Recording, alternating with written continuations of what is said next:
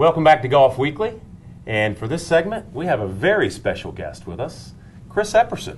How you doing? Good, Chris. Good to have you here. I'm glad to be here. Had a kind of a busy week. It has been a busy week. All right. We just got finished up Saturday. And Saturday, then we're playing turning around in and starting Wednesday for another one. Yeah, you've got the Old Field Open, I understand, Old coming Field up. Open, yep. So, well, while that we're on, in fact, let's start from the beginning real quick. I think viewers might want to know, because you are a local guy. We were talking offset. You're from around here. Your parents have a business here. You've worked in the business. Your family's worked in the business. Tell us a little bit about growing up here. Well, when I was a year and a half old, we moved here from Savannah, and I went to the Christian Academy and started playing junior golf in the WHHI-JGA. And you know, my family's had a air conditioning business here since the early '80s, and my brother, my dad, and Martin Jones own a business now, EAC, and EAC Heating and Air. And you know, it's been great growing up here, and I have a place to play at the golf club at Indigo Run, and they've been great to me. And you know, I'm just practicing playing, getting ready for the year. Now, you graduated, you did 2 years at Heritage... No, Savannah Christian. Savannah Christian. Yeah, but I went to the Christian Academy my whole life until Savannah Christian. And then moved on to Armstrong. In Savannah, and I graduated there in 2005. 2005. And I understand that coming up maybe next month, there's a real prestigious award that's going to be handed out in your name. Can you tell us real quickly about that? I got a call recently. They're inducting me into their Athletic Hall of Fame. Wow. And two of my uncles are in the Hall of Fame there. And so it's a big honor. I've always wanted to, because I'd always wanted to be inducted, and that, you know, came true this year. You know, as a kid, you always want to be a professional golfer. You know, you see the guys on TV, and you want to do that, but you know, you get to a point in your college career and you're like, you know, I really want to pursue this after I graduate, and I did. And it's just been working hard at it ever since. So I understand between like 2006 and 2009, you spent time on a multitude of developmental tours. My first year was down in Florida on the Grey Goose Gateway Tour.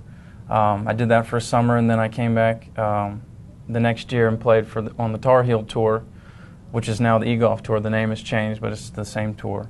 Great. And then during the first few years on the Tar Heel Tour, I worked for my family's business full-time during the winters and then part-time through the year. And you know, it was tough to kind of balance the two, and then eventually I was able to focus all of my effort to playing golf full-time. Yeah, it seems based on the number of competitive players out there now, if you're not doing this full-time... Yeah, you can't have a part-time job, and you have to either spend in or all you're of your out. time, and you have to travel, and you know, you can't be torn between the two. Right. Now, I understand one very interesting thing is you went through the 3 stages of qualifying school 2 years ago. 2010, I made it to Got the final stage, and then I was a member of the Nationwide Tour last year.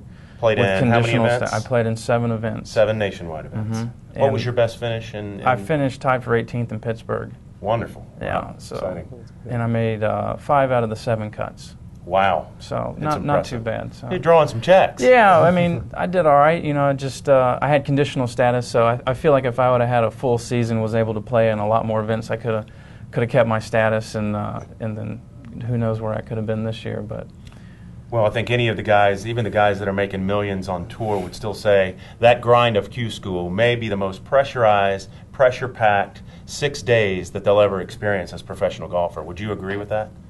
You know, it is, because a lot of times, for me, when I played, I didn't know where I'd be the next year. Like some guys have a backup plan of, well, I still have PGA Tour status, or I have nationwide status if I don't get onto the tour.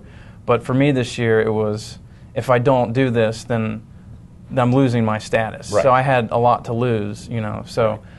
It is pressure, you know. It's a long week. Each week is long, and then the final stage is 6 rounds.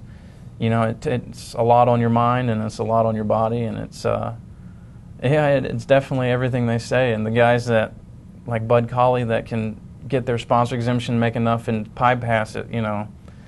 All the power to him. Hey, you know, he's you know, not having to go through that, so right. That's a blessing for him. But I would imagine with each one of those experiences, as you grow, it's just making you not only a better player, but your mental game is stronger. Absolutely. Your ability to deal with these issues just the gets easier. more you play, the easier it gets. When you first start playing, you get really nervous on the first tee and you're shaking and what. But the more you play, the more fun it becomes, and the more acclimated you are to it. Yeah. And it becomes really exciting. Speaking of pressure, I understand real quick before we go to break, you played in the Heritage with us last year. I did. How was that experience? Well, it was my dream come true. I'd always, as a little kid, when I practiced, hitting my shot into the 17th green and then the 18th.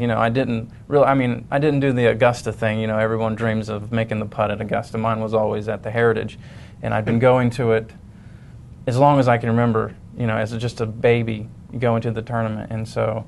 This is the island I grew up on, and it's our tournament, and it means a lot to me, more than any other tournament. So I was able to get the exemption last year, and it was a dream come true, and I had a lot of support and a lot of friends and family come out, and it was just an experience of a lifetime. Well, there's a lot of people around here that are very proud of you. We're honored that you're kind of carrying the Hilton Head Beaufort Bluffton banner for us. Well, thank you. And we wish you great luck and success.